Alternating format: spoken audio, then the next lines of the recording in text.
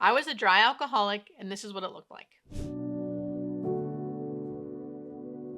The term dry alcoholic wouldn't land with everybody. I don't know if everyone would have this experience or even believe there's such a thing. But in my life and through my experience, I believe I was a dry alcoholic. And this is what it was like. So a dry alcoholic refers to someone who has quit drinking. So they've done the thing. They, for whatever reason, felt like they needed to quit drinking. They never got help for what came after. So that is why when someone does finally quit drinking or quit using drugs, but they don't get help, a lot of times after months of living without this thing that helped them, the drugs or alcohol, they become almost quote unquote worse. And they have more issues, more emotional issues, more spiritual issues, more behavioral issues, because they never really got help with the underlying things that were wrong. This was true for me. I don't know if you guys know my story, but half of the reason why I got help after I quit drinking was because I didn't think I had a problem. I didn't think I was the typical alcoholic. I knew I drank too much. I knew I needed to quit drinking. I knew it was controlling my life, but I didn't think, because I didn't have a DUI, I didn't have, I wasn't in jail. I felt like, well, I'm not a real alcoholic, right? And then I quit drinking. And that is when, to my surprise, I became, I would say, almost worse. So I thought I'd quit drinking. I would do all the things. I'd be more active. I'd exercise. I'd eat better. I'd sleep better. I'd have more friends. I'd get more things done. And I just didn't, because alcoholism is so much more than just drinking, or drug use is so much more than just the drug use.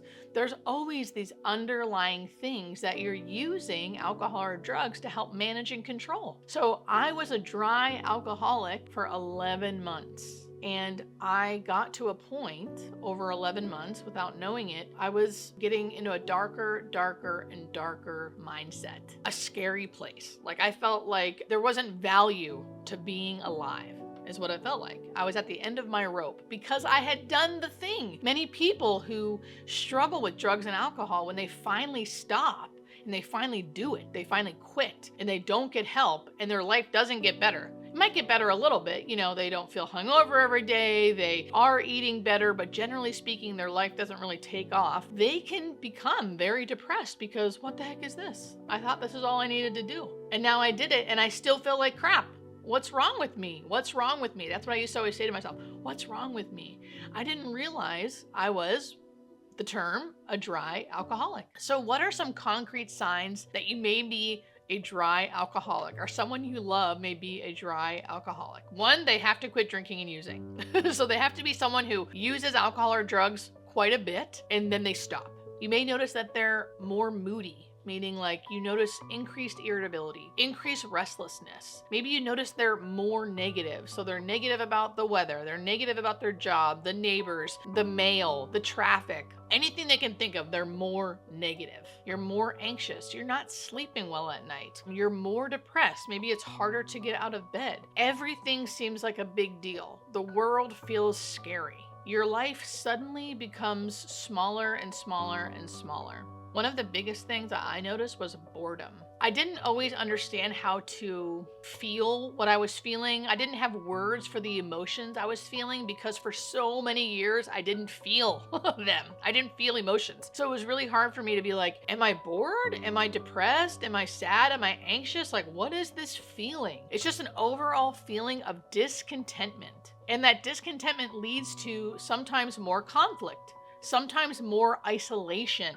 You find yourself being more isolated, not wanting to reach out to people, not wanting people to reach out to you, or wanting them to reach out to you, but not knowing how to say that. And then eventually, usually, the pain will get too bad that you'll drink again or you'll use again. I think it's somewhat, dare I say, easy to quit drinking or quit using drugs. I think it's easy to stop. I think it's hard to stay stopped. I think anyone, especially if you have like a lot of willpower, which a lot of people with addiction do, can hang on, white knuckle it, stop for a time to prove to themselves that they can do it. But then eventually they either go, it's fine, I'm just gonna have one drink, it's the holidays. Or they're in so much pain, they're like, what am I even doing this for? Screw this, I'm just gonna drink again. Because it's hard to stay stopped if you don't get help for all of that underlying stuff.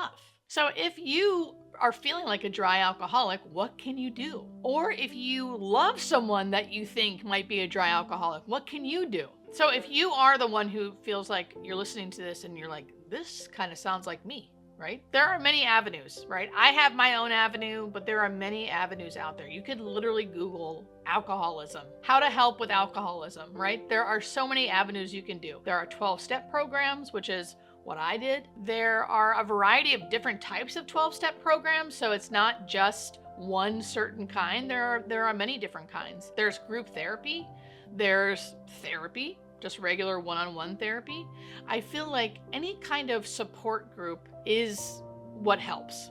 Now, there's many things that help with it, but the one thing, like, there's something about meeting with other people who are going through what you're going through so you don't feel so alone, that helps. I think we all lack connection. I think when we feel bad, we want to isolate. And really what we need is connection.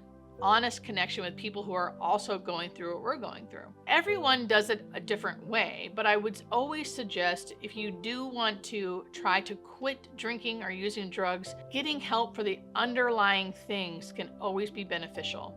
Always. And this is not a problem that has an endpoint. Unfortunately, fortunately, I don't know. It's a way of life. Living sober is a way of life that we have to relearn how to do and then continually do it, right, in the day that we're in. Hence why when we say a day at a time, we mean that. We really mean a day at a time. When I was newly sober, there was no way I could think about how next year at my friend's wedding, am I really going to be sober? No. I have to think about today I'm going to be sober.